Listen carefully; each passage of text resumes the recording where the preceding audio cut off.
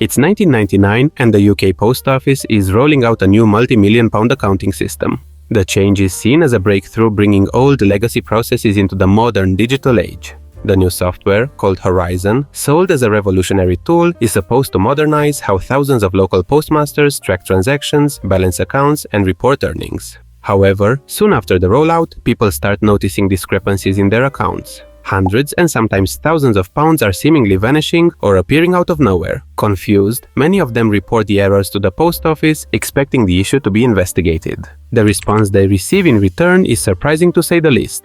Horizon is infallible, and any discrepancies must be due to user error or, even worse, theft. This blind faith in technology will set in motion a mind-blowing, infuriating chain of events. Over the next 2 decades, more than 900 innocent sub-postmasters will be prosecuted based on faulty data from Horizon buggy software. Many lose their livelihoods, their homes, and in some tragic cases, their lives. Some go to prison. Others are forced into bankruptcy, trying to repay money they never actually took, all because of blatant software errors that the post office willfully ignored and refused to acknowledge. At the end of the 1990s, the UK Post Office was still relying on outdated and partially manual processes for financial management. Sub-postmasters, who operated local post office branches across the country, were responsible for handling transactions, balancing accounts, and ensuring that daily financial records were accurate. Many had been running their branches for decades as trusted pillars of their communities. What's interesting is that the sub-postmaster's role extended far beyond mail and postage. At the time, the post office was responsible for handling benefits, pensions, and unemployment payments on behalf of the UK government. Millions of people depended on their local post office to collect essential financial support, making the network a vital part of the country's welfare system. Due to the scale of the operation, and since cases of false benefit claims, forged documents, and misreported transactions had been an issue for years, the UK Post Office, together with the Benefits Agency, decided to outline a new system and automate the payments of benefits via the use of an electronic payment card. So they put out a public tender, seeking technology partners who could reliably build the software needed to handle millions of pounds in benefits payments. The contract was awarded to International Computers Limited Company, later acquired by Fujitsu, and the resulting software was ambitiously called Horizon. While ambitious, the project was expensive and rushed. During testing, major errors were detected, but the development went ahead, and soon everything went out of control. After spending huge amounts of money and resources on Horizon, the project was deemed a failure, and in 1999, the benefits cards payment system was completely abandoned. However, the UK Post Office had one big problem on their hands. They wasted millions, and in return, they got some buggy software with no real use. So they did what many organizations do when faced with a massive sunk cost. They doubled down. Instead of scrapping Horizon entirely, the post office decided to repurpose it despite its well-documented technical issues. By late 2001, Horizon was forcefully rolling out across thousands of post office branches as an accounting solution, and now the real problems begin. Despite increasing complaints about unreliable balance sheets and faulty systems, Fujitsu continued the rollout, incentivized by multi-million-pound maintenance contracts and the unwavering support of the post office. The post office, on the other hand, desperate to justify its massive investment, refused to acknowledge the mounting evidence of system failures. Instead, it doubled down on the narrative that sub-postmasters were to blame. The moment Horizon was fully integrated into post office branches, the nightmare truly began. The software, meant to streamline transactions and bring efficiency, instead created chaos, spitting out numbers that didn't make sense. Balances weren't just slightly off. Some sub-postmasters were seeing tens of thousands of pounds disappear overnight. Others found phantom money appearing in their accounts, leaving them terrified that they would be accused of fraud when they couldn't explain the extra cash.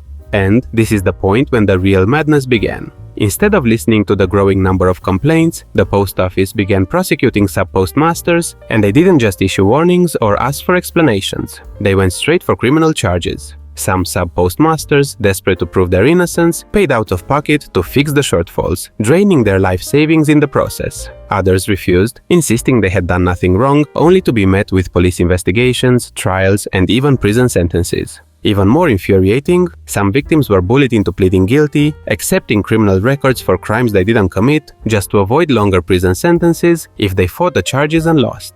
Things were even worse for those refusing the plea deals. Consequences were dramatic, with ruined lives, broken families, and tragic deaths. The sheer absurdity of the situation should have raised alarm bells from the start. But instead of questioning why hundreds of honest, long-serving sub-postmasters were suddenly being accused of theft, the post office remained unwavering in its stance. Horizon is perfect. The numbers don't lie. Except, of course, they did. And as it turns out, those numbers could be changed remotely without the sub-postmasters ever knowing. This revelation didn't come to light immediately. In fact, the truth remained buried for nearly 2 decades, hidden behind corporate secrecy, aggressive legal threats, and an almost cult-like belief in the infallibility of the software. But cracks began to form. In 2000, Gareth Jenkins, a Fujitsu engineer, discovered that Horizon could be accessed remotely. He didn't fully grasp the implications at the time, but what he had stumbled upon was a massive security flaw, a backdoor that allowed transactions to be altered from the outside. Fast forward to 2013, and a former sub-postmaster named Michael Rodkin made an even more shocking discovery.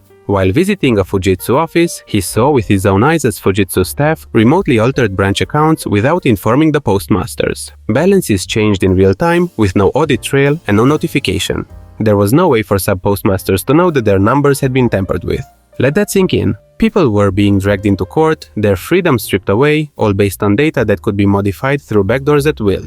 The terrible shape of the software was confirmed in 2014 by an independent review of Horizon conducted by Second Sight, when it was clearly revealed that data could be remotely altered. There was no secure audit trail for these changes. And worst of all, Fujitsu and the post office had known about this for years. But somehow, things would get even worse. Instead of owning up to their failures, the post office shuts down the Second Sight investigation. They ignore its findings, refuse to publish the full report, and continue their legal campaign against sub-postmasters. It wasn't until 2018 when things finally collapsed. Gareth Jenkins, the same Fujitsu engineer who had discovered the remote access backdoor 18 years earlier, realized just how deep the scandal ran. He came forward, revealing that remote access had actually been used to modify branch accounts, leading to wrongful convictions. This was a bombshell revelation because it meant that the financial data presented in court as absolute proof of fraud could have been tampered with by Fujitsu staff. It also meant that every single conviction based on Horizon data was fundamentally flawed, as there was no guarantee that the figures used in prosecutions reflected reality. By then, the legal fight had reached a tipping point. A group of more than 500 former sub-postmasters, led by Alan Bates, had spent years fighting back. They had endured threats, bankruptcies, and intimidation, but they refused to back down. In 2019, after a hard-fought legal battle, the High Court finally ruled that Horizon was not remotely reliable. The verdict was damning. The judge openly slammed the post office, stating that they had engaged in a culture of denial, secrecy, and excessive loyalty to a failed system. This scandal wasn't just a corporate failure, but a monumental injustice, where blind trust in technology and the refusal to admit mistakes led to hundreds of innocent people suffering for decades.